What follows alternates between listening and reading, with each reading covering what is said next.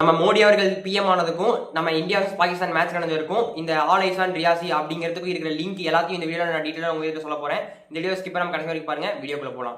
Jammu and Kashmir இந்தியாவில் இருக்க Jammu and காஷ்மீர்ல வந்து பாத்தீங்கன்னா ரியாசி அப்படிங்கிற பிளேஸ் வந்து ஒரு டீப் சவுத் சைட்ல வந்து லொகேட் ஆயிருக்கு. ஒரு லிமிட் தாண்டி அந்த பஸ் வந்து இந்த ஜீப் ஓவர்டேக் பண்ணிருது. அந்த ஜீப் இருந்து இறங்கின தீவிரவாதிகள் வந்து பாத்தீங்கன்னா உடனே அந்த பஸ்ஸை பார்த்து வந்து சுடுறாங்க. தீவிரவாதிகள் வந்து சுட்டதுனால வந்து பாத்தீங்கன்னா எனக்கு எக்ஸாக்ட் நம்பர்ஸ் தெரியல, ஒரு 15 இருந்து 20 பேருக்குள்ள வந்து இறந்திருக்காங்க அப்படிங்கிற மாதிரி நியூஸ் வந்திருக்கு.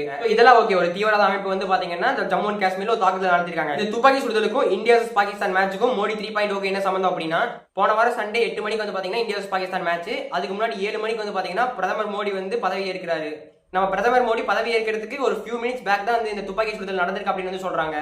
நம்ம மோடி அவர்களுக்கு பதவியேற்பு விழா முடிஞ்சதுக்கு அப்புறம் அவர் சொல்ற முதல் வார்த்தை என்ன அப்படின்னா, காஷ்மீர்ல நடந்த துப்பாக்கி சுடுறதுக்கு தன்னுடைய ஆழ்ந்த இரங்கலை தெரிவிச்சுக்கிறேன் அப்படின்னு வந்து சொல்றாரு. இதான் வந்து பாத்தீங்கன்னா இப்ப ஜம்மு அண்ட் காஷ்மீர்ல வந்து நடந்திருக்கு. யாருன்னே தெரியாத அமைப்பு வந்து பாத்தீங்கன்னா உத்தரப்பிரதேச மக்கள்